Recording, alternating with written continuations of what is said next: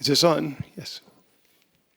So thank you everyone for joining us. I'm just going to ask for a couple of minutes of your patience because our Master of Ceremonies is coming from another session in another building, hopefully not in another country. So she should be here any minute now, and as soon as she comes, then she'll kick us off. Thanks.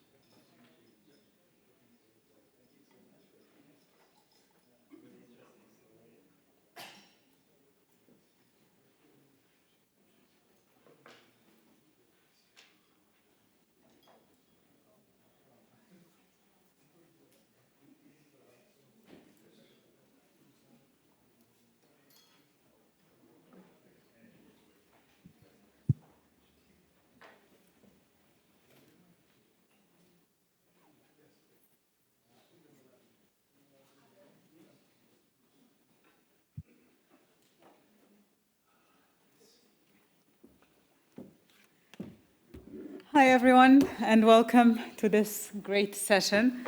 And I'm very, very sorry that we're late. It's, as you all know, Stockholm, how it is. We've been running from one meeting to another, and we literally ran here, so I'm happy that we're not out of breath. Anyways, welcome to our session. I'll start by introducing myself. My name is Inji Saleh. I work for UN Water, the technical advisory unit of UN Water, and I am the partnerships person there. And I'm going to be your MC for tonight, today, not tonight, for this session. This session is both in person and online, so also a big welcome to those who are joining us online. We're very happy to have you here with us. And I'll start by briefly introducing what is UN Water. UN Water is the UN's coordination mechanism on everything that is water and sanitation. And when we say water, we mean fresh water, not the marine side of water, so not the oceans. What we do is that we try to basically coordinate our members and partners to deliver on water and sanitation jointly together in a more effective and efficient way. So who are our members and partners? We have about 36 UN agencies that work on water and sanitation issues around the UN system. Those agencies all have water, parts of the water agenda as part of their mandate. And we say it in the positive way that water runs throughout the UN system. And we're happy that it does because every single one of those agencies bring a special expertise and adds value to what the others do. And together, collectively, they do this and they work on what we call the the water and sanitation agenda, which comes together under the SDG6, the goal number 6 under the Sustainable Development Agenda. And we also have our members who are not UN agencies, but who are agencies and organizations, civil society, who work and also help those UN agencies deliver on their targets and on their strategies. So collectively, we all work together. We try to raise awareness about water and sanitation issues through, for instance, the World Water Day, World Toilet Day. And we also try to monitor SDG6, which is a big part of this session today. We have what we call the Integrated Monitoring Initiative for SDG6. And this brings the different parts, the different targets under SDG6 and their different monitoring frameworks together, coordinates their action, and helps them work towards a common target. Because monitoring is not just about reporting. It is more about, there is much more to it. There is indicators, there is how does this data help us in making better decisions? How does it help governments in making better decisions? And this is all part of what we do and what we try to do with the help of our members and partners. I will not talk about the case studies because this is part of how we implement that aspect of UN Water's work. Because my colleague William Reedhead will come and speak to you about that. But I just want to say that we are very happy to get this opportunity to work closer to countries, to listen to them and learn from their experiences. And sometimes there are things that can be replicated in other countries. Sometimes there are lessons that we learn that, okay, we can't do it this way.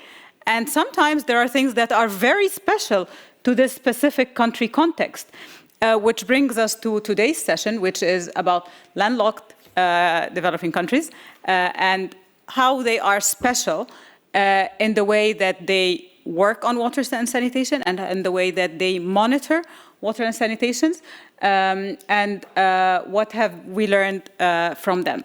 I will not talk further, and I will give the floor to my colleague, William Reedhead. Sorry. Will.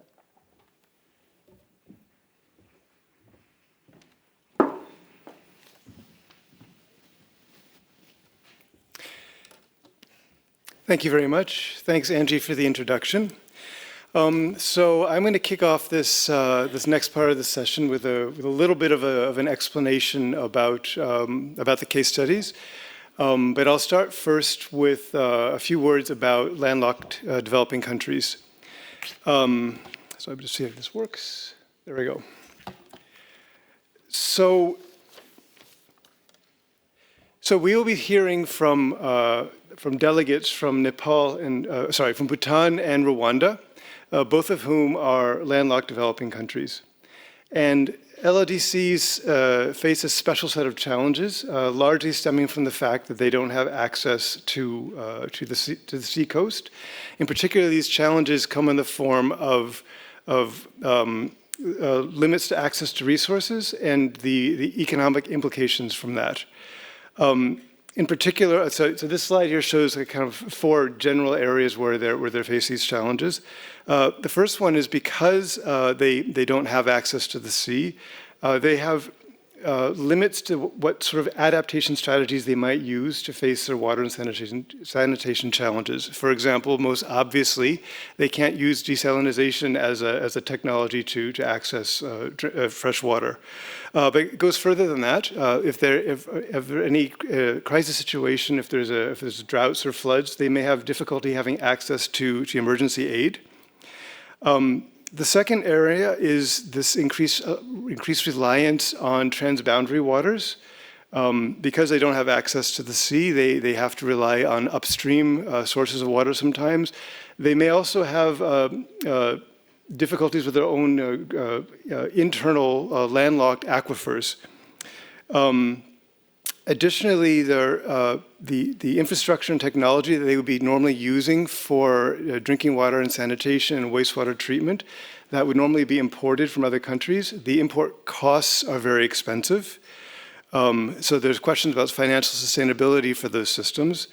And then finally, there's actually geophysical constraints related to being landlocked, and the fact that the basin themselves, the land area, doesn't process environmental shocks very well. So pollutants tend to accumulate and so on.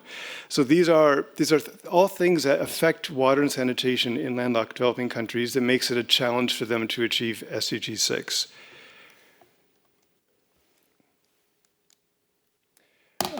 This next slide, so I'm representing the Integrated Monitoring Initiative for SDG6, as Angie said, and we are the part of UN Water that works with member states to help to build their capacity to monitor and report on the 11 SDG6 global indicators.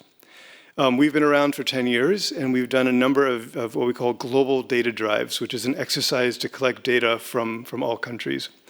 And we put out periodic reports showing what the trends are globally and how individual countries are doing. These next few slides, these are summary slides looking at landlocked developing countries.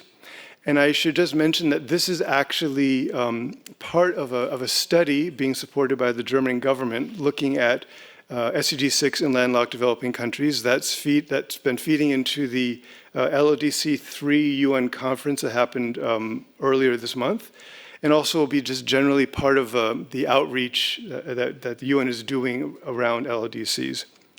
In this slide, you can just see, so this is talking about the 13 global indicators. I said 11 before. Actually, sometimes it depends on how we count, whether we're feeling generous that day, whether there's 11 or whether there's 13.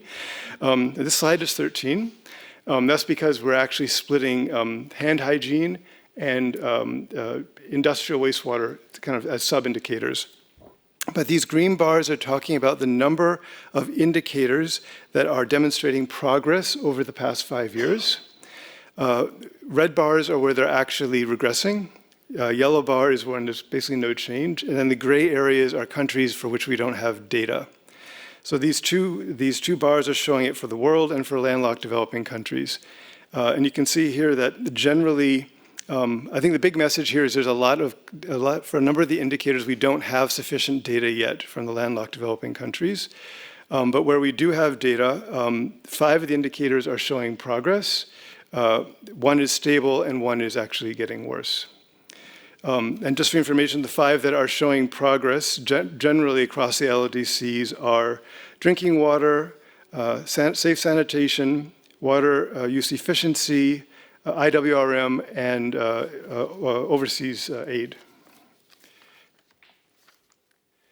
This next slide, I don't expect you to read this, but this actually breaks this down by each of the 32 LLDCs. So those of you who are, so who in the room actually comes from a landlocked developing country? Anybody here? Oh, fantastic. I was wondering whether calling this an LLDC session would actually attract LLDCs, so it seems like it is. That's great. So maybe you'll see yourself on this graph. Let's just say all of this data is coming from the SDG6 data portal, which is one of the UN Water products, and this is where we keep the data we get on all the indicators. So if you're interested, visit it at sdg6data.org. That's where you can see all of this. And this, it goes much more detailed than this. You can actually see the actual numbers for each country, for each indicator. But this is broken down by kind of progress, so how many indicators are showing progress upwards, downwards, et cetera, by country. So this is for the mountain LLDCs, and this is for the lowland LLDCs. Okay, I'm not going to focus too much on that. But this slide then shows you by indicator the number of countries then that are going up, down, flat, or no change. And the ones, again, I think that are showing the most promising progress are on drinking water, safe sanitation, water use efficiency, IWRM, and also engagement, community engagement. These are strong areas. But notice these black bars. So these are the countries for which we either don't have data or we don't have enough data to actually look at trends over time. And that's an area that we you want to be able to focus on more from the point of view of the Integrated Monitoring Initiative, because we work a lot with countries on building their capacity. In this slide, just a few summary findings for LLDCs, and I won't go through every bullet here. But whereas we see that in terms of the needle moving up or down is generally a positive picture, but if you look at the actual level in terms of whether a country is achieving its target or not, generally the message is still fairly negative, unfortunately. So you're still seeing low coverage of drinking water and sanitation. You're seeing low levels of domestic wastewater treatment. You're still seeing low levels of water use efficiency. On the more positive side, IWRM is doing reasonably well, so it's medium to high on the scale that we use to measure that. And transboundary cooperation actually is doing fairly well as well, which is very good because, as I mentioned, if you're landlocked, it's quite important that you have good access to your transboundary resources. Fine, so that's all I'm going to say about the statistics of the LLDCs, but if you're interested in knowing more, please go to sdg6data.org. For the remainder of this presentation, I want to talk about the country acceleration case studies. So these are one of the flagship products of UN Water, and it's something that personally I'm really proud of, because this came partially out of the Integrated Monitoring Initiative. We are the custodian, as a group of UN agencies, we are the custodian for all the global indicator data that's there. But the question is, what do we do with this data other than sending it off to New York or writing global reports every few years? I mean, what is the data actually good for?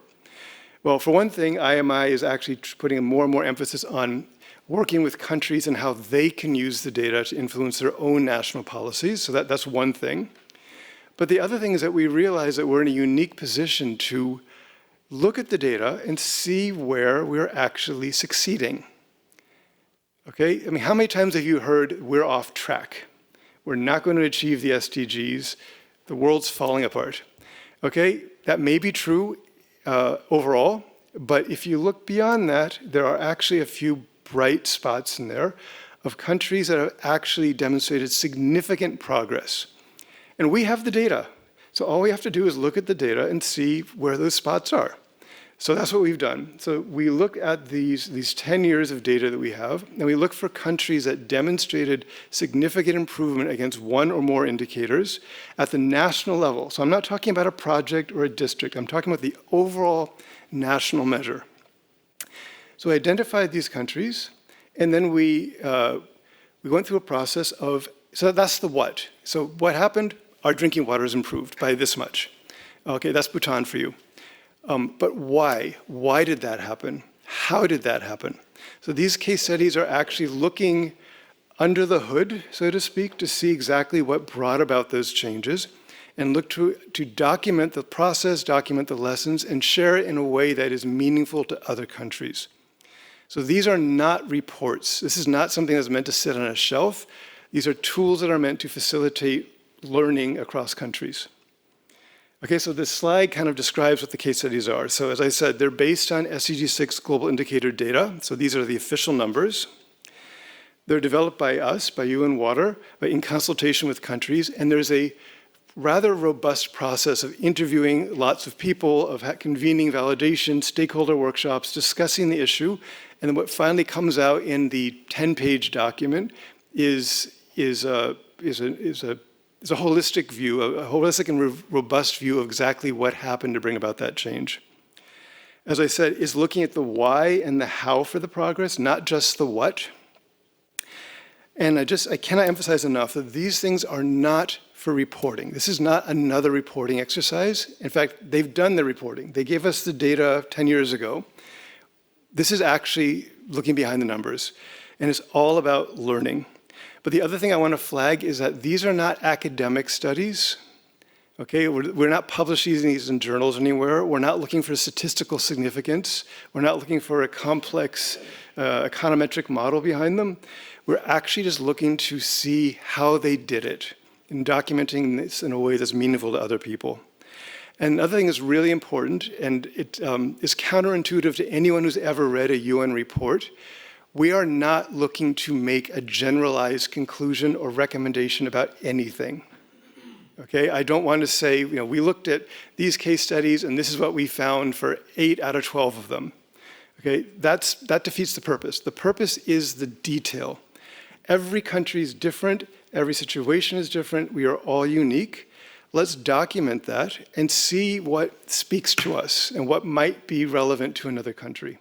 So by definition, these are not regional and global analyses, and these are not generalized at all. These are specific in all of its beauty. Okay, what we are looking for is inspiration, largely. So one country can see what another country's done, and they'd be inspired to do something. They say, hey, you know what? Bhutan did this great thing, or Rwanda did this great thing, maybe I can too. And oh, by the way, this particular thing that Rwanda did, I think I might be able to try that in my country. Okay, that's the idea of these case studies, to put the lessons out in a way that people can pick and choose and see what's relevant to them. Not everything will be relevant to everybody, not at all, but there might be a few diamonds in there that really speak to you. Okay, so these points of inspiration may vary from observer to observer, but I think there's probably something in there for everyone. So that's really the background of the case studies, and I'm just conscious of my time. So we've done the full case study of Bhutan and Rwanda earlier in the year, and these are documents that are available online. And you can see here, these are just kind of like the overviews, the executive summaries of them. So Bhutan is going to be looking at drinking water. And so what you found is that 15 years ago, you can see in that graph there, 15 years ago in 2010, the percentage of safely managed drinking water was about 26%, and now it's 73%. So it has gone from 1/4 to 3/4 of coverage. That's amazing in just a period of 15 years. Okay, this case study came up with the following 10 or so drivers that were behind that. So if you want to know more about that, you're going to read the case study. But today, my colleague Rinchen is going to speak about a couple of these and go into more detail about how they did that. Likewise, for Rwanda, they're looking at IWRM. And so you see next page here. You see that 10 years ago, they had only 35% score out of 100 in terms of IWRM practice in the country, and now they're up to 68%. That's a really, really big improvement in IWRM. Okay, well above the regional average. So here are the drivers that the case studies identified for Rwanda. Again, my colleague who's joining us online is going to be talking to us about a couple of these drivers for Rwanda. Okay, and I think that brings me to the end of my introductory presentation here. That's just to highlight that in summary. So we've been doing these case studies since 2022, UN Water. We do 3 of them per year. So we've done 12 now, and the 2025 batch is Saudi Arabia, Rwanda, and Bhutan. So we have 2 of those countries with us here today. We're focusing on the LLDCs in honor of the conference this year. Just the last bit here is that, as I said, these are not reports that are meant to go onto a shelf somewhere. And by the way, I don't know if anyone saw the news item from earlier in the week that the UN Secretary General commissioned a review of the impact of UN reports and found that no one's reading them. Surprise. Okay, this is our response to that. Don't read this case study, learn from it. Okay, so that's what this session is about today. We're going to have presentations from Rwanda and Bhutan, and then we're going to have a discussion where we are going to very nicely interrogate our 2 speakers to learn everything that they know about how they succeeded in drinking water and IWRM. So be nice, but be probing. Ask all the right questions. So thank you very much, and I'll give the floor back to Angie.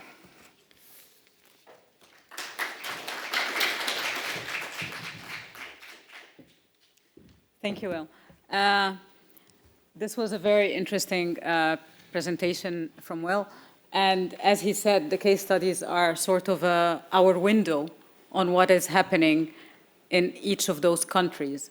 And in the meeting that I just came from before this, someone asked us, These case studies focus on SDG6 acceleration and the success and how to do it right.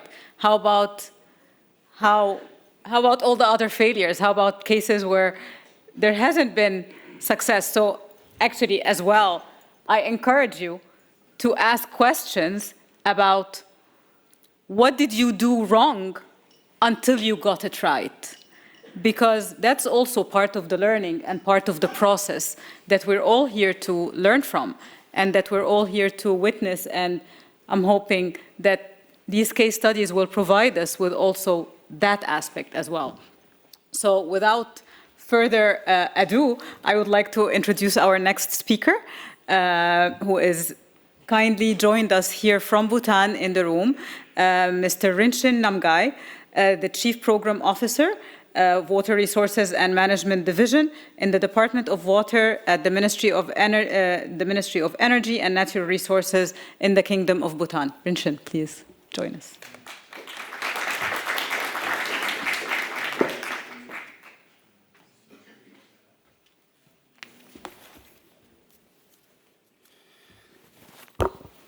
Okay, so thank you, Angie, for the introduction, and as well as to William for speaking about the background of the Bhutan, as well as on the SDG6, the progress that Bhutan has made. Very good evening, good afternoon to the distinguished delegates, esteemed audience, ladies and gentlemen. So like Angie said, I represent Bhutan as a Chief Program Officer, and I currently work in Water Resource Management Division under the Department of Water, Ministry of Energy and Natural Resources. So first and foremost, before I actually go into the presentation, I would like to thank the UN Water for selecting Bhutan as one of the SDG6 case study for the year 2025, and also for inviting me to present our story to the audience here at the World Water Week. Thank you so much. So, like William said, I will not talk about all the drivers that has accelerated the SDG6 in Bhutan, but of this, maybe I will talk to one or two of the drivers that has actually helped progress Bhutan's achievement of the SDG6, especially on the SDG6 indicator 6.1.1, that is drinking water. So when we talk about the drivers, let me talk on the data, because at the end, what matters is the data that has been gathered from the field. And Bhutan, as we all know that we have 20 districts, and also we have like 205 blocks. So at the block level, we even have the testing facilities being instituted. So why I'm saying this is because that actually helped get the data, so which actually help us to report at a national as well as at a global or at an international level. So basically what it means is like the surveillance method that we adopted is like at a two level, for the urban water supply and as well as for the rural water supply. So for the urban, we have 20 districts in the country. So but we have like 39 health centers actually who does the testing and then report. So that has a very it really covers all of the district, not only all the district, even we go to the cities, even at the smaller cities. So that actually helps us to get a lot of data. And when it comes to the block levels at the district level, we have around like 257 testing centers, which actually does the testing of the water in the rural areas. So that's what actually helps us get the data from even from the rural areas. So what the testing center does is they upload the data in what we call is the WAMIS, it's the Water Quality Monitoring Information System. So there they upload the data, and then the Royal Center for Disease Control, who is actually the national center who actually does the surveillance and also the monitoring of the water quality in the country. So they look at the data, and then if they found or if they found there are issues with the water quality, then they immediately do the rectifications, and then they follow up the protocols that has been put in place. So other thing that what data tells us is that any priorities or any intervention or any resources that we need to like pump into a project for the water, then we look at the data. So for example, like if you look at, these are the evidence-based planning that we adapted from the data that has been collected, and then we put the resources or we do the interventions. And now this is actually how the surveillance data flows. So we have the different stakeholders. So if you look at here, this is where the rural and the urban testings are being done. So from here, like for the infrastructure, we have like two ministries. The infrastructure part is done by the Ministry of Infrastructure and Transport, and whereas for the regulatory part, it's the Ministry of Energy and Natural Resources. So what we do is, like, once the testings are being done, so it has been sent to the Royal Center for Disease Control, so where this center actually does the monitoring, and then if there are any interventions or if there are any issues with the water quality, then it report back to the respective ministry. So that's how actually we do the surveillance of the water quality in the country. So basically, this is the flowchart of how the surveillance are being done in Bhutan. So other thing is we follow the WHO standard of water quality. So like in Bhutan also, like we have the Bhutan water drinking quality standards. So we have like 4 parameters, but in the urban areas, in the urbans, we do all of these parameters. But for the rural areas, I think we just do the physical parameter and the biological parameters. So that's the only difference. And for the urban drinking water, we do it monthly, and there are some parameters that we need to do it daily, like for example, pH, turbidity, these things we do it daily. But in the rural areas, it's on the biannual basis. So we do water testing every 6 months, one in wet seasons and one in the dry season. Now, the other driver that has helped Bhutan achieve the SDG6 is the governance, and so it's the leadership that is under the governance. So when I say leaderships, I mean to say it's both from the head of the state as well as from the head of the government. So like if you are following Bhutan, the Bhutan has, like we had the democracy only after 2008. Before that we have the monarchy. But why I'm saying the post-monarchy and pre-monarchy is because whether it's after post-monarchy or pre, the leadership has actually prioritized water as an important planned activities in the country. So, and other thing is like every 5 years, we do what we call at Bhutan living standard survey. So for the last 3 years, every 5 years, what has been consistently ranked number 1 is the water from the households. Every household said they have prioritized water as the number 1 priority that needs to be like supported or to be adopted by the government. So that's based on this data. I think the leaderships actually plan their programs or anything that needs to be like pumped into our resources. They look at this data, and then the leaderships, they actually prioritize water as one of the important planned activities in every planned activities. And also, what is important here is like, although in the beginning, during the introduction, the William showed the graph but there is a spike, there is a peak after 2010. But what is important is what is the foundation of the water has been laid before 2010. So if you look at this, in the 7 5-year plan, the the King of Bhutan has decreed that for any activities, any plant activities, water should be the priority. So from like 1990 onwards, I think the water sector has received the topmost priority in all of the developmental activities in the country. And then after, of course, after 2010, there was a peak, sudden peak. So that's actually, but what I'm trying to say here is, it's the foundation that is very important. And other one is like, of course, we need a strong leadership, but we also need a strong system in place. So for the system to be strong, we should have a good legislation.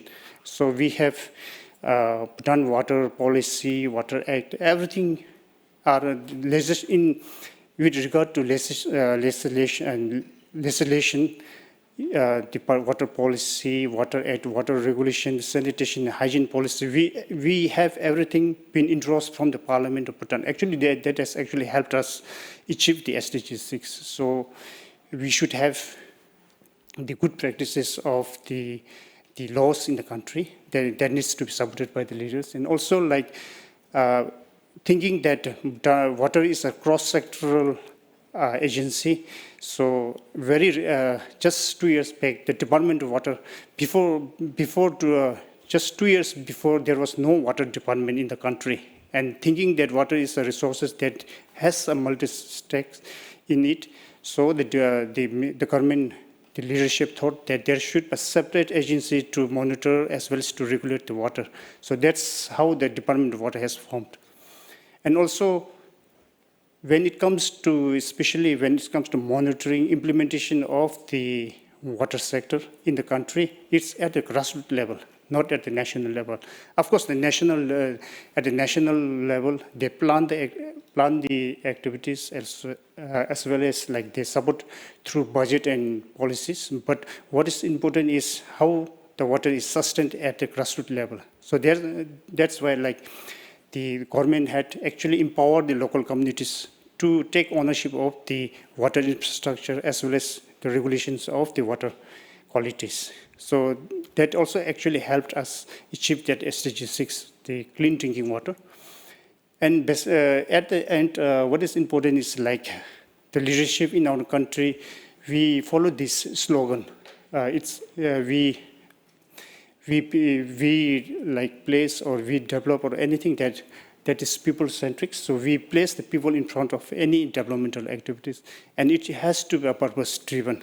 So although Bhutan is a democratic country, but the plan and program, it's based on what people actually needed in the field.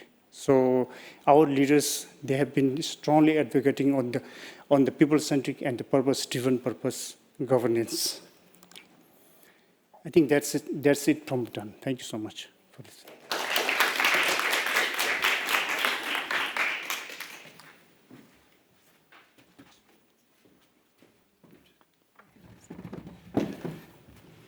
Thank you so much, Rinchan, for this great presentation on the Bhutan case study.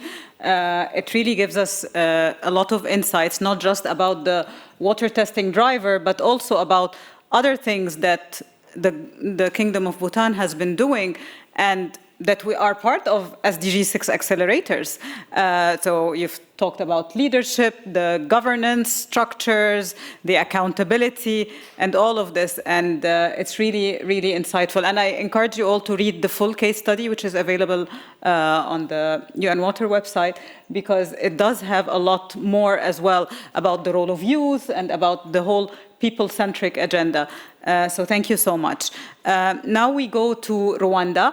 And we are happy to be joined by Mr. Bernard Musana Segatagara, who is the head of Knowledge and Forecasting Hub Department at the Rwanda Water Resources Board in the Republic of Rwanda. He is joining us online, so here he is. Thank you so much, Musana. Please go ahead. Thank you. Thank you for the opportunity. From UN Water to share the experience from Rwanda.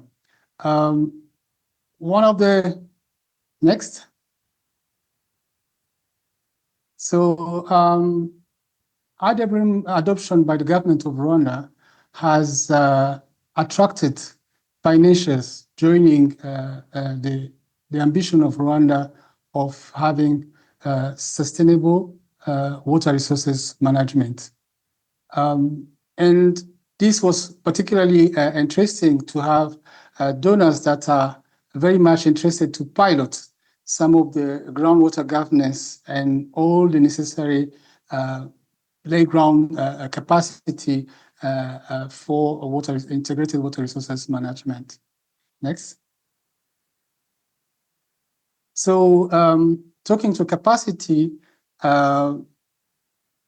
because of the offer of capacity building from the development partners in the country and abroad, so we also developed programs in the country for IWRM programs, water resource engineering programs, and also a lot of the public servants, academia went abroad also to be exposed to the best practices across the globe. And that resulted into having a professional network of postgraduate fellow in particularly in Rwanda Water Resources Board, and also enrich engagement with universities on how to align with the country ambitions and looking at Vision 2050, looking at also other midterm targets of the country. We also built from the alignment of the national planning and the sense of accountability. So there's a very high level of accountability requests from government institutions that help focusing and keep the momentum on the initiatives we started. Next. So they're also very important tools, in particular in the piloting phase, that later on has been outscaling the whole country. One of them is the national water use model that started in the pilot catchment, and now we have one integrated water use model that allows us to understand what would be the level of abstraction, the level of interventions of certain water use into the overall demand and the tension between the supply and the demand. We also have a very important tool that helps us especially indicate where are the hotspots for soil erosion risks. This is important for a hilly country with high density of population, with the pressure on agricultural land which is very high, to know in which, if available financing could be directed in which catchment. We also have a very important tool, which is the catchment management plans. And that's a complex document that presents the elements I've just discussed before, but even more, help us having concrete actions and result frameworks that allow the catchment committee. So it lays the ground for the governments, the governance of the water resources that has been planned to be under a decentralized ways at the catchment level. Next. So this is a bit the journey of Rwanda. Before 2011, we also had a lot of initiatives that contributed to IWRM to be adopted by the government. But I think 2011 is an important milestone, because at 2011 is very clear to see IWRM principles well indicated in legal instrument in the country. We also have the National Water Resources Master Planning. Both elements, legal and the National Water Resources Master Planning, has been updated to make sure that every 5 years or whenever we have a big change in the national planning, we also adjust the water resources planning and legal instrument.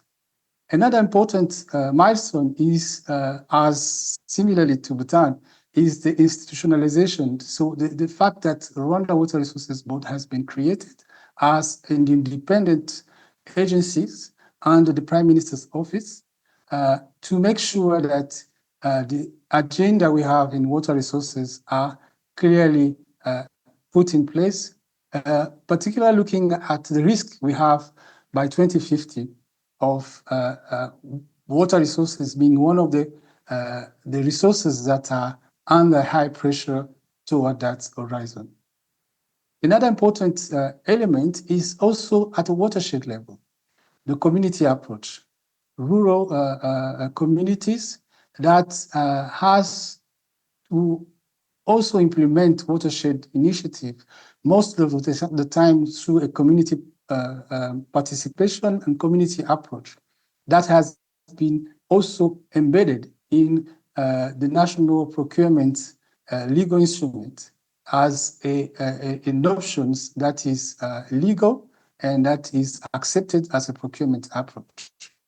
And all those elements are now also part of what we call the Sustainable Land Management Program, investment program, that illustrates the needs for investment toward the horizon I was just mentioning, 2030, looking at the SDGs, but also and the NDCs and the Paris Agreement, but also 2050. Next.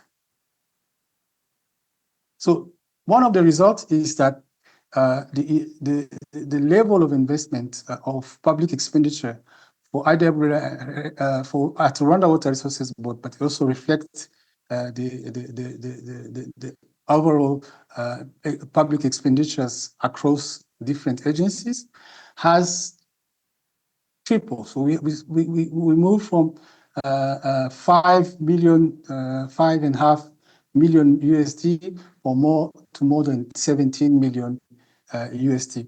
At the same time, in 2023-2024, 1.2% of the national budget was allocated to IWRM investment.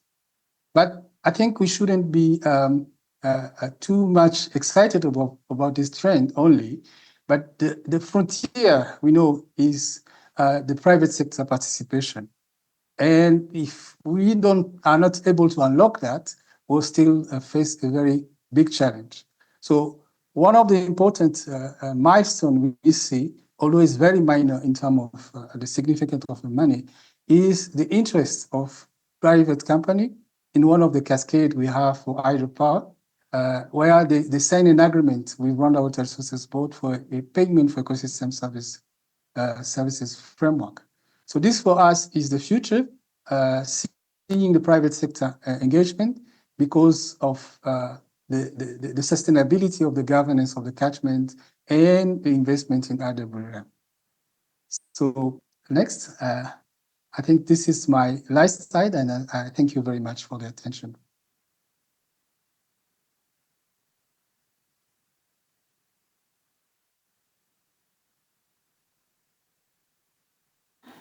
For the presentation about the case study in Rwanda.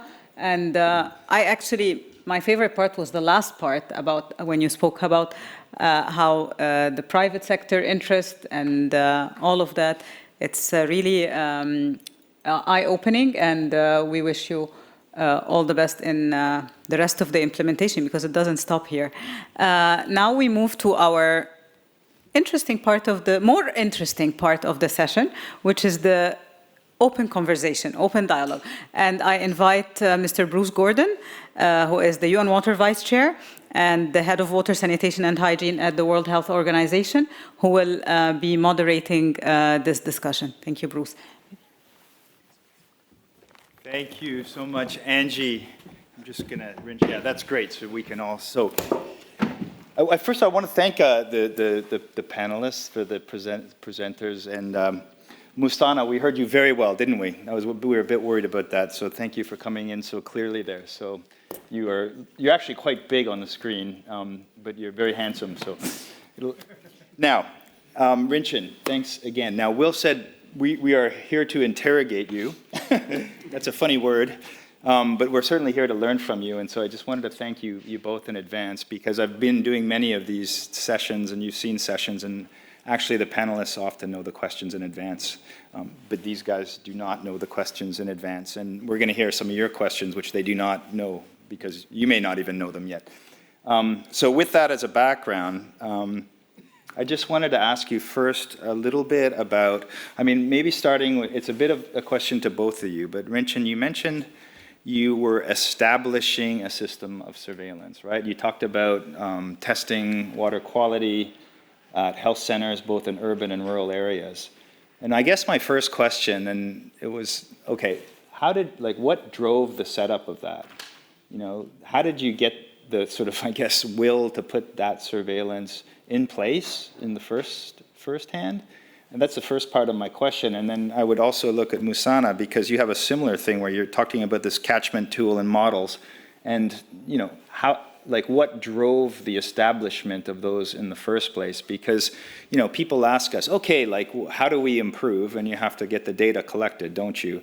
But there's this initial investment and effort in putting the surveillance in place. So maybe, Rinchen, I can ask you, I don't know, yeah, do I have to have a... You stand. Sorry. Okay. Thank you, Bruce, for the question.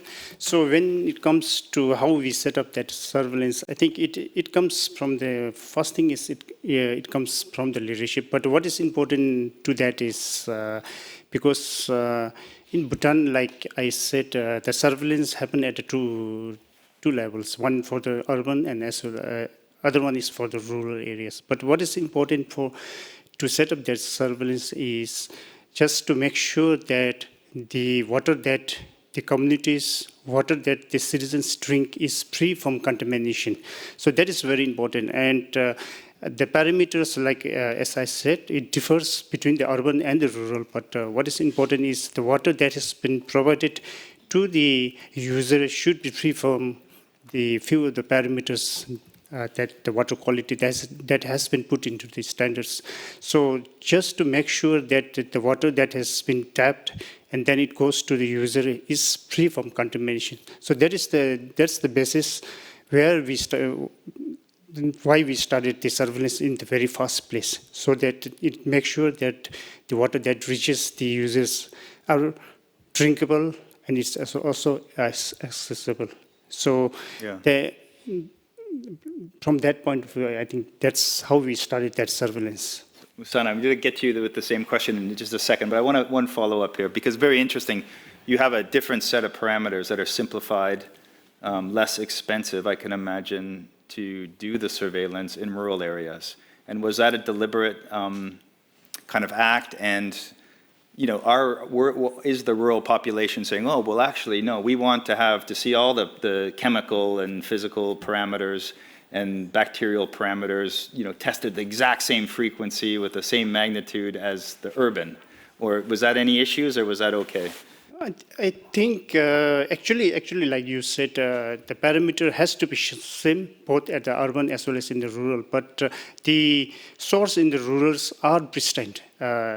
So what it means is like the sources that has been tapped, beyond that it's at a very pristine. We do not have the settlement living above the settlement. But in urban areas, there are a few contamination points where that's why like we go into the chemical parameters as well as into the physical, as well as we look for the toxic metals and all those. But in the rural areas, just simply because the source of the rural drinking water is in the wild, and as well as it's been monitored in the wild by the National Park and Forest and Park Service. I think from looking from that point of view, I think, of course, it would have been nice that if we do all the parameters, but it will be in cost as well as it will be an extensive undertaking. So that's why for now in Bhutan, I think we focus all the parameters only for the urban, but for the rural, we go just for the physical and also for that biological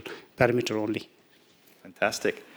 Okay, turning to you, Musana. You started with financial capacity and development partners wanting to invest. You ended with the private sector.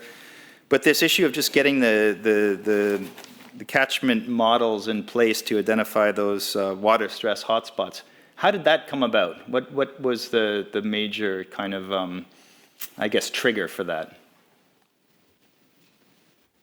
There's many triggers, but there are around some stories.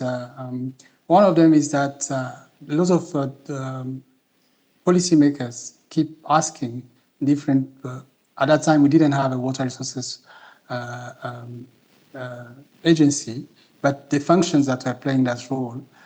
When are we going to get a clean water in our rivers? This cappuccino rivers color, is it something that is there for forever, or is something we can change? But on a more serious note, I think for the water treatment plants, it's a nightmare because the turbidity is very high. It increases the cost of treatment. And the OPEX, the operation expenditures, is quite high due to this fact. In particular, we have rationing, not only in the dry season because the river is low, but also in the rainy season because there's too much turbidity and flood events. And then the question was, where to start from? What is the most pressing needs? Where should we? So what are the evidence to direct investment? If we only have, if we need $2 billion, we only have $100 million, where to direct them from? Where are we going to get the best return? And I think that was a bit the starting point of this conversation. Yeah. And I'm going to follow up what I think is a more important question, but I just want the audience to understand. I'm going to open it up after this one. But I mean, the more important question is you have all this monitoring data, right? And the age-old question is, do you use the data? Is the government acting on the data? As you said, Musana, are we actually allocating resources to target them to the areas most in need? And that might seem like a self-evident question, but it's sometimes very, very difficult because I can tell you there's a lot of monitoring that happens and the information isn't necessarily used. So can you speak to that next step in the process of, I mean, because you mentioned this survey, right? People are very concerned about safe water in Bhutan. But how was the decision makers, you mentioned a bit of a flow chart as well, but was this acted upon, this data? And, you know, there presumably was investment decisions that had to be made, right? So the money had to come and technical assistance had to be to support those areas where there were problems. So over to you. Thank you. Thank you so much. I think, like I said, data is of very importance for any decision making. So like in Bhutan, I think we gather the data where we really need the resources to be in. So based on where we actually need the resources and interventions, based on the data that we receive from the field, so we do the planning. So like I said in my presentation, we receive a lot of priorities as well as we receive the support from the leaderships that we have in our country by looking at the data, and then we plan the activities where actually we need the resources to be supported. So sure, like we really look into the data and then we do the planning based on the data that we have. Fantastic. So Musana, exactly the same question to you. Yeah, I think that's very important to have evidence that could help make important decisions. For certain time, I think, let's say for the allocation of water, people can decide to have some diversions without knowing what would the impact, because the level of investment was still low and the level of water use and demand was still low. But at a certain level, when people start having ambitious projects, we need to know what would be the overall environmental impact, what would be the overall impact on the environmental flow, and not only on a static basis, but considering also the climate change into it, considering all the changes that are going to happen. And it was more and more obvious that we need to be sure we have a good and robust way of monitoring, of planning based on evidence. Right. Okay. So that was from me. I have a whole list of questions. We can sit here and I can go through them. But I'm just wondering if anyone has any questions for these two experts. And if you do, oh, we have a roving mic. Okay, can we take two at a time? Is that okay, Musana and Rinchen? We'll do two, and then go ahead, and then you can answer directly. Thank you very much. I'm Namale Caroline. I work with Viva Conagua, based in Uganda. My question goes to my friend from Bhutan. I've seen you mentioned in the presentation that caretakers are paid by water users. And one of the challenges we have back home is that when it comes to payments and management of funds, there are always challenges. So have you experienced such challenges, and how have you addressed these? Yeah, thank you.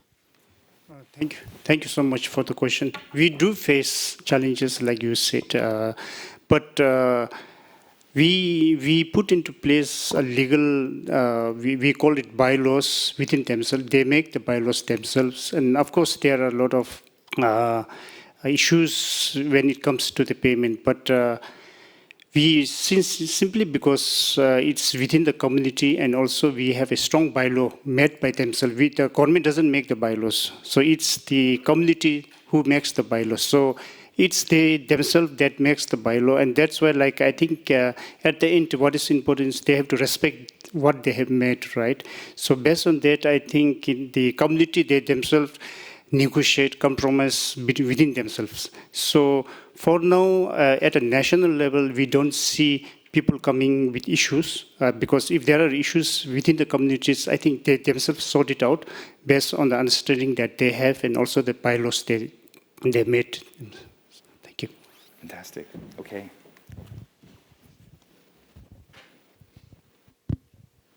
Thank you for the clear presentations. My two questions will go to Bhutan.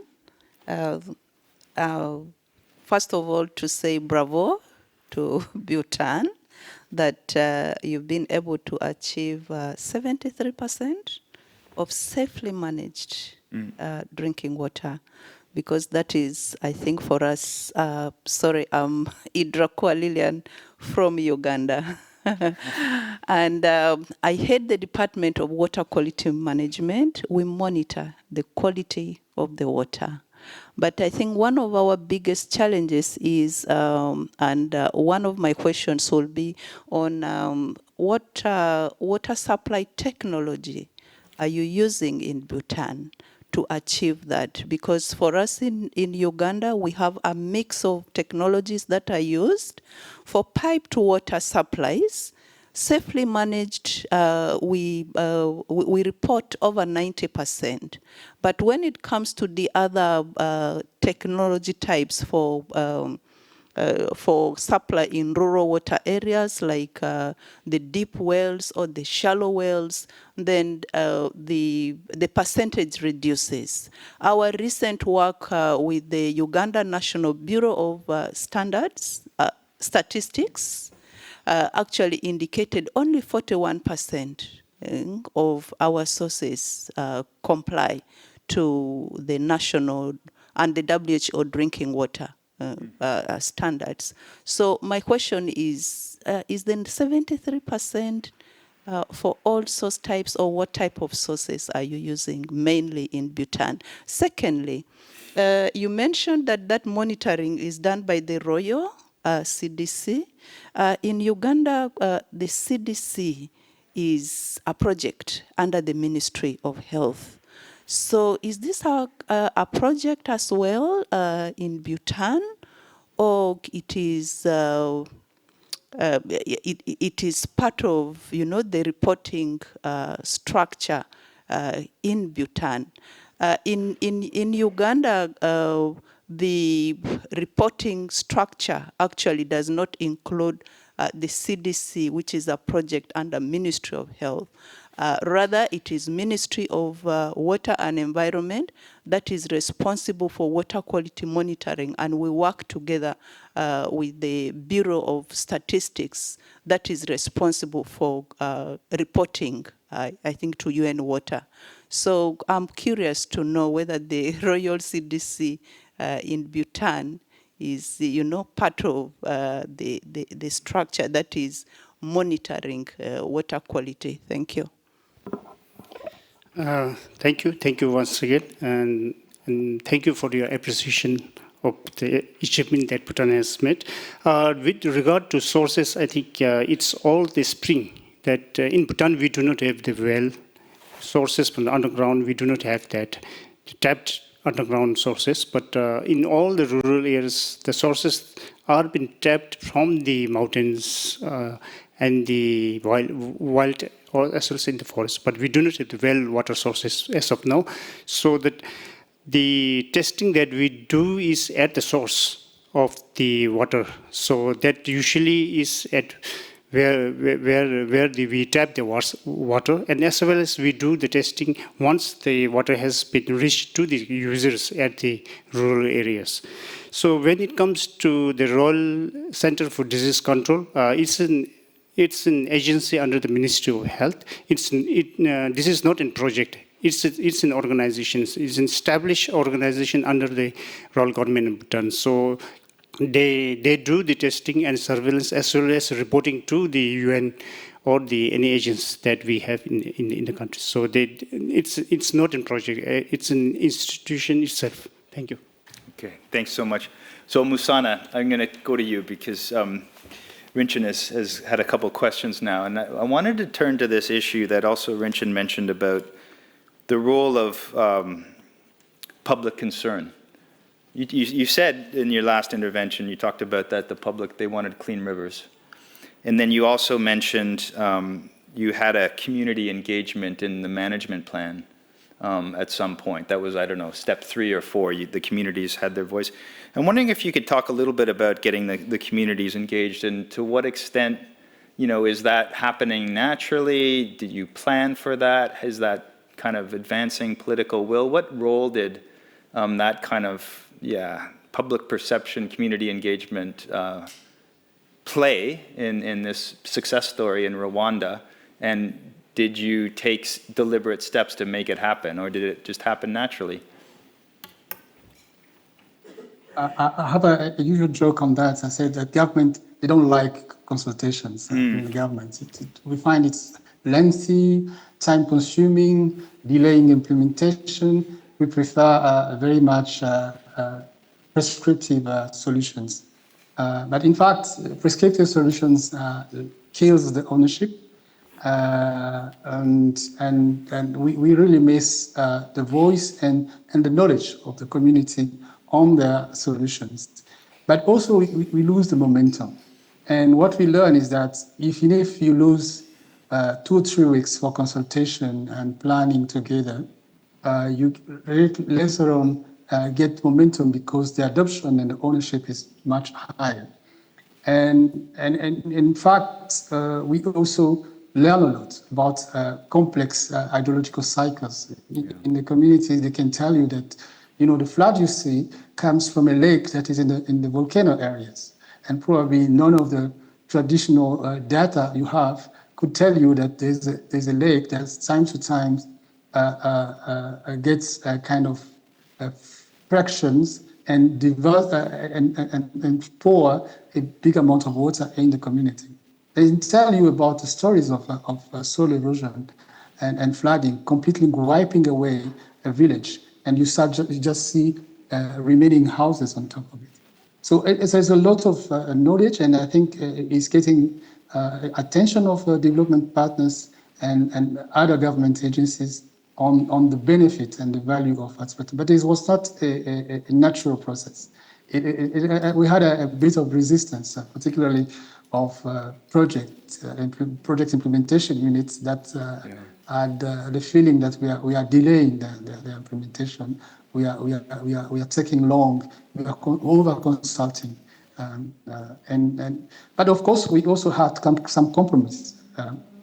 When I think in the early 90s or 2000s, when the participatory rural appraisal was very much popular, one of the critics was to say we spent a year consulting, doing the diagnostic and planning with community. So we're trying to have a pragmatic middle ground where we still consult the community and we try to reduce a little bit the time so that we don't get the fatigue of our development partners along the way. That's really fascinating because I know, I mean, Will, you talked about the value of talking about challenges, frankly, right? And dealing with the population and consultations and civil society isn't necessarily comfortable at any level, but it's important. And you mentioned a little bit of resistance, and I think that's really interesting that you found that middle ground. So I'm wondering if I go back to you guys in the audience, any questions that you might have? We see one in the front.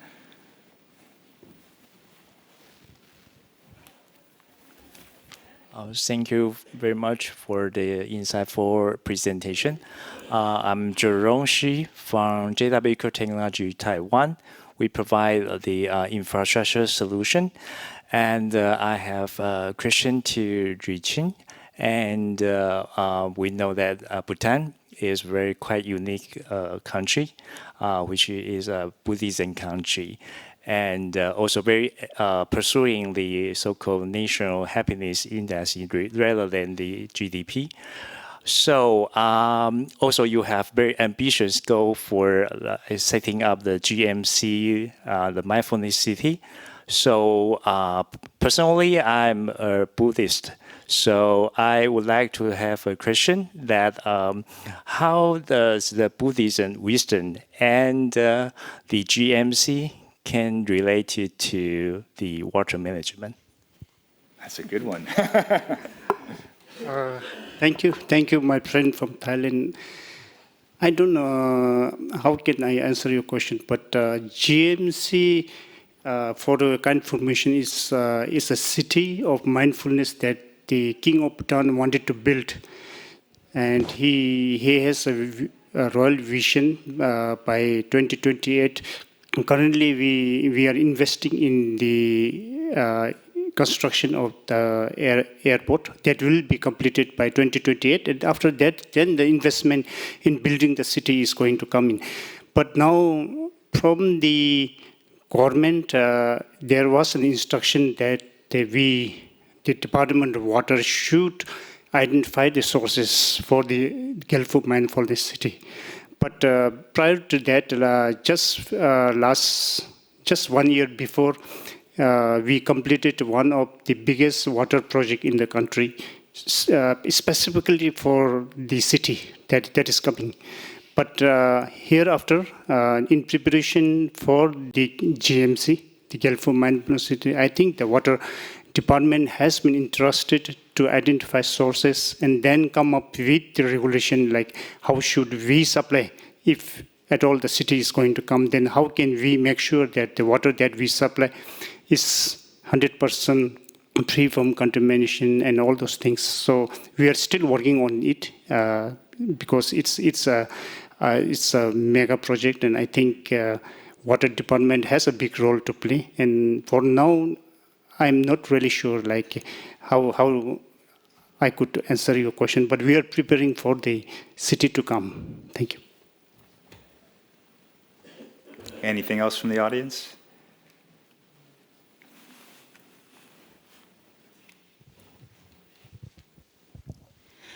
Emeline from AGVO. We are working a lot with different governments to build monitoring systems.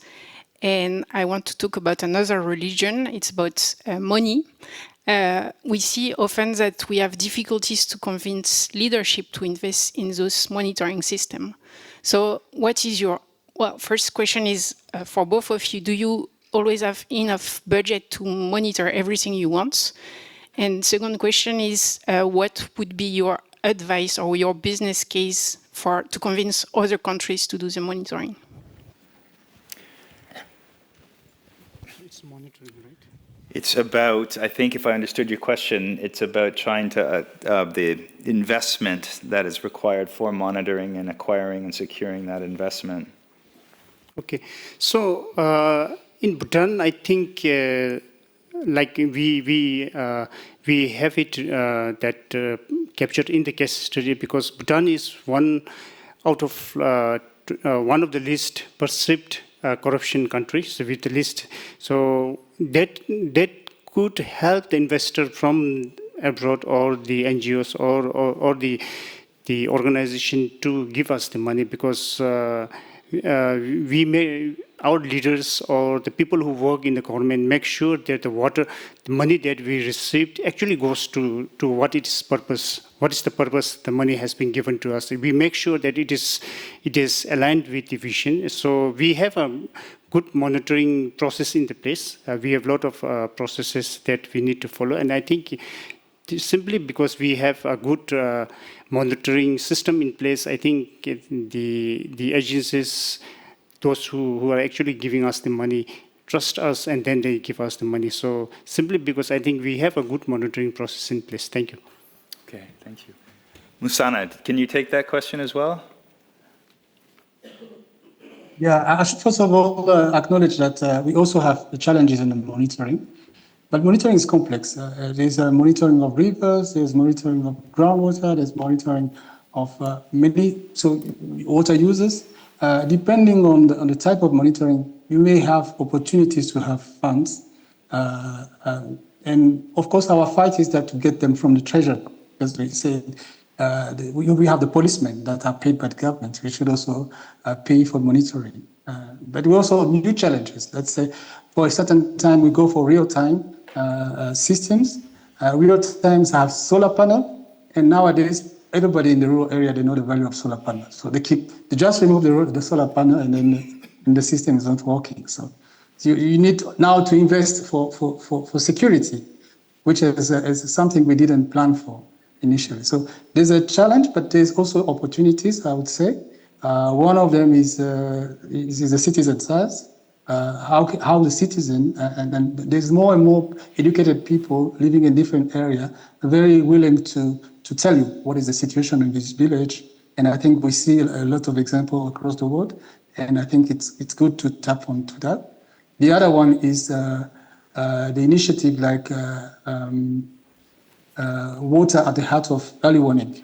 We are very concerned about all the disasters across the world, and that cannot be we cannot address those things without monitoring. So there's money from monitoring coming from the other side, from the disaster area, and we see other type of things. For instance, water development projects that can do the monitoring in the borough itself. And we saw it in some of the projects, and it works, and it quite have a different value. And so there's opportunities. I think we can look at the side of the issues, and maybe it could be also useful to look at the side of, and as we are pursuing also environmental fees, we think we should earmark some of the environmental fees to the monitoring. Thank you. Fantastic. So I have a bit of a funny question for you both, and that is, do you think you can be a victim of your own success? And what I mean by that is you're doing incredible work to prevent, poor water quality, prevent disease, prevent ecosystem degradation. And it's always hard to kind of sell that. I mean, you had that problem to begin with. You have your population saying, yes, we want improved water. And you may be in a situation where you're seeing, a lot of progress. So you need to sustain this investment. You need to sustain the programming. Do you see any risks in the future about just trying to sell prevention, or do you see it more like, we've done a good job, we have proof of concept, the institutions are in place, and we're really in a better position now, and people trust us? So I've kind of painted two different pictures, and I don't know, Rinchen, if that kind of makes sense or resonates, or what your thoughts are. I think to sustain would be an issue for the country, because currently our infrastructure has most of the infrastructure in our country has already aged, and we are looking for fund to now replace the aging that infrastructure. And I think to sustain throughout would be an issue. So currently the Department of Water as a national agency, I think we are coming up with standard operating process as well as the guidelines, like how do we sustain this SDG6 that we have achieved so far, and how can we further the SDG6. So currently we are now brainstorming, and then we are trying to reflect back what can we do to sustain hereafter. So for now, I do not really have the answer to that question. That it will be an issue hereafter, but how do we maintain it will be will be something that we need to reflect upon ourselves and then go forward. So for now, I cannot say anything about how can we sustain that. Yeah, thank you. Well, I mean, it's a big question, right? And I think we can only think so far into the future, and what you've done already is incredible. So, but I mean, with that in mind, Musana, what is your take on sustaining what you've been able to achieve in Rwanda? I think one side of the big side is the funding, and I think it should be clear that we need to have a surveillance of the funding. I think that the funding trend it may change over time. That's it. Normally, the public expenditure are very unpredictable because it goes with a lot of things. We've set the ground. We have a good trend, but we need to understand that if event like COVID comes, event like other things comes, that can change a little bit the landscape. And we need to have to be prepared for that. But the other side is that with the catchment committees, there's a demand to do more. There's new questions we didn't even anticipate that before. And I used to say, let's take the example of the Netherlands. Their water boards are elected. I think the chair of the water board is elected by the community as part of the process. So do we have, are we going that direction? What direction are we going to sustain the system and to make it self-running? It's not just driven by a pool of champions that will 10 years retires. How can we maintain a system and even improve it? So those are the important questions to have. After piloting, after testing, we need to know what is next. Yeah. Well, Rinche and Musana, I really want to thank you for having an honest discussion in public in front of this group, and thank the group for their attention. And just before handing it back to Will and Angie, I just wanted to give you an opportunity, like just considering the discussion that we just had, was there anything you felt that if you were to kind of give advice that we missed? Did we cover most of it, or is there something that you felt, I don't know, maybe you got wrong, you took a misstep and you corrected, or something that you did right that maybe we didn't cover? So that's maybe not an easy question, but yeah, go ahead, Rinche. So at the end, I think I just want to thank the organizer and the UN for giving us this opportunity to showcase what Bhutan has done in the SDG6. Of course, the achievement that we did is not the end. There are a lot of things that Bhutan need to learn as well as do in near future. And yeah, so we thank the government and the international organization who actually helped the Bhutan achieved the SDG so far, but there are a lot of things that we need to learn as well as we need to move forward. So we are looking forward with open arms to come to Bhutan and then teach us what we need. We can learn from other countries, and all of you are welcome to Bhutan and see what Bhutan has actually done in the field, and then explore and take away from what Bhutan has done. So thank you so much and for the opportunity. And I can tell you, if you go to Bhutan, you step out of the airplane and you feel peaceful. So you might find a whole group of cohort of people from Stockholm coming to visit you now, Vincent, a beautiful country. And also Rwanda is a beautiful country, and I wondered if you had anything else you wanted to say, Musana. I think part of the thing we discussed with while drafting together the case study is the fact that the SDG6 probably need to unpack some of the indicators.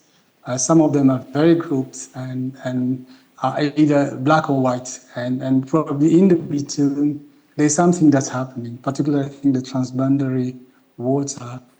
Looks very much it's very extensive because it's water diplomacy related.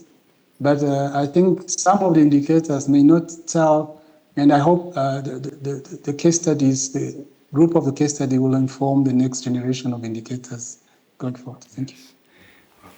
Thank you very much, both of you.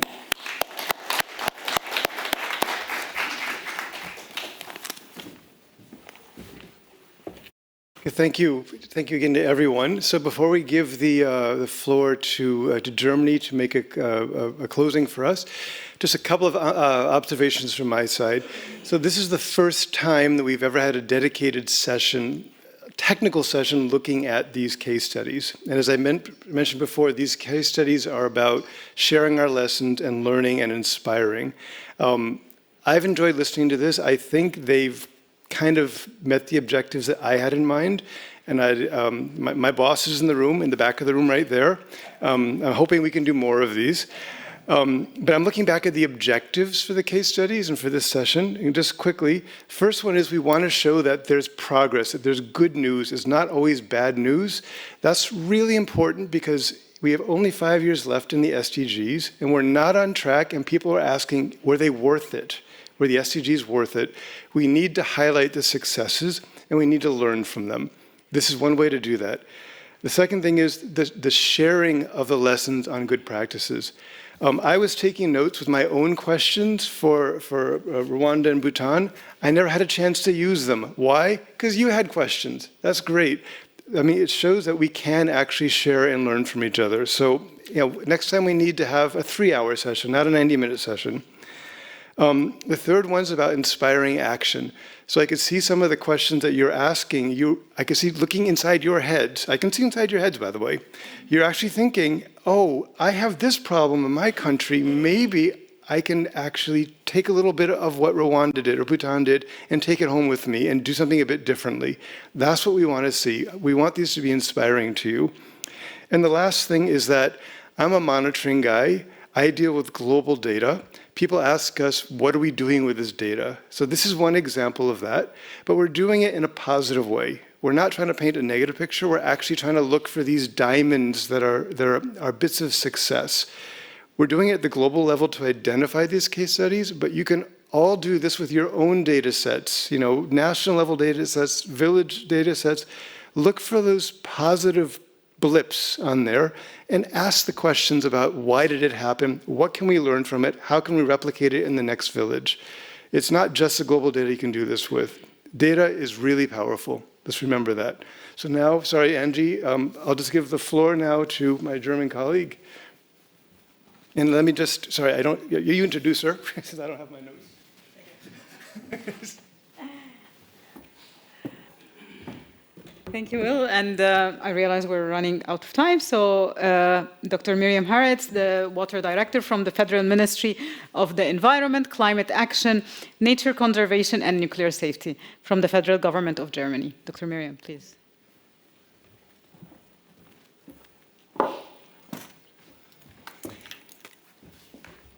Well, thank you very much. I'm here standing at the end of the session, and actually there's hardly anything left to say because everything was so wonderfully summarized already, and I like that idea of multiplicating diamonds. Like we've seen 2 shiny diamonds today, pick them up and make more of them.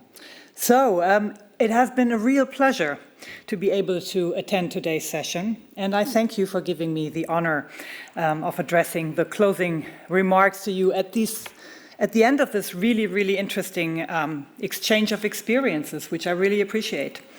And as mentioned at the beginning and highlighted by the presentations, building on your experiences, landlocked developing countries face unique and often severe water-related challenges. Their geography can limit access to water and trade, while development constraints reduce the capacity to invest in resilient water systems. Mind you, water resilience being a topic also for a water-rich country like Germany. All this is being aggravated by the consequences of climate change affecting already vulnerable countries in particular. So managing water resources sustainably while meeting growing demands under these conditions clearly is particularly challenging. But as was said before, the picture is not all black. Because today we have heard inspiring examples from Bhutan and Rwanda. And they clearly show that despite the existing challenges, acceleration of progress for SDG6 is possible. We're not doomed to fail. There is prospect, there is progress. So I am truly impressed by the commitment and leadership that is shining through these success stories, if I may call them like that, because they convincingly highlight the importance of cooperation, knowledge sharing, and innovation to reach our joint water-related targets. And as we look ahead to the UN 2026 Water Conference, and I think it's very relevant to stress that, because what we discuss here is relevant for the future and also for the conference. It is essential that the voices and perspective of LLDCs are fully brought into the global conversation, not only at the conference itself, but also in the preparatory process towards it. And not only to exchange your perspectives amongst yourself, because I believe that from your experiences, also other countries who are not facing the same but maybe similar challenges can learn.